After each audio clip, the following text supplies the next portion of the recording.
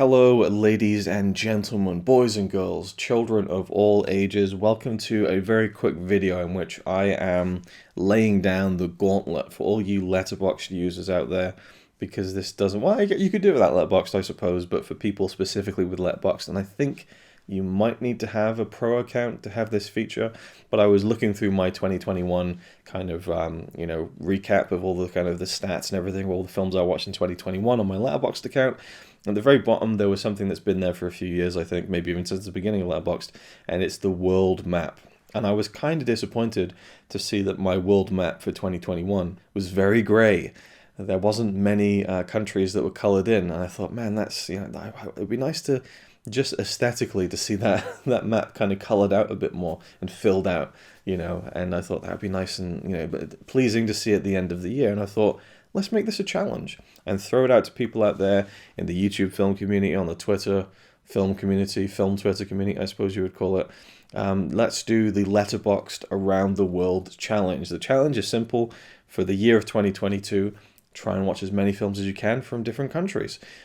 There's no way to look on the map and find out how many countries there are with entries, because I found a few that don't have any films that were produced in that country, really small countries. But you can zoom in on that world map on Letterboxd and you can see all the different countries. You can click on them and it brings up kind of a page of all the films that have been produced from that country. Sometimes it's a bit tricky. There might be it wasn't filmed in that country, but the basis of production was from that country. So there are kind of grey areas in terms of that stuff. But I thought it'd be cool just to push people, and myself included, to kind of just look at all different countries and see how many you can get.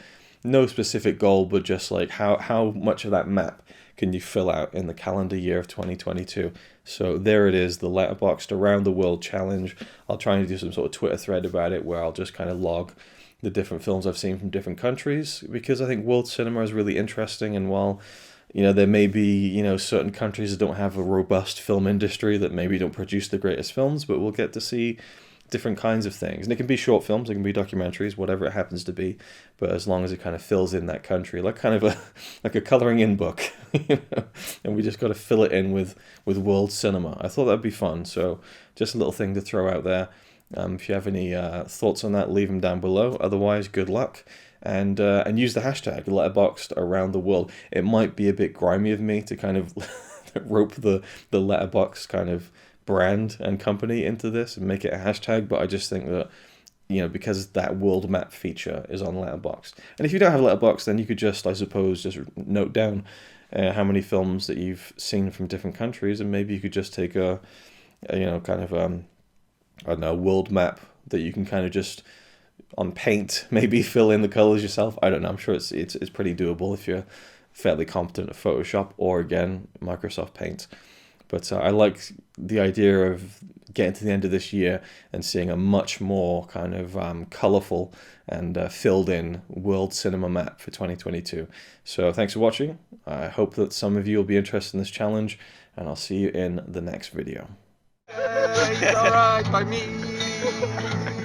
Apart from the fact he throws cans of Carlin into a tree. Yeah, he's really cool. Yeah, he's really cool.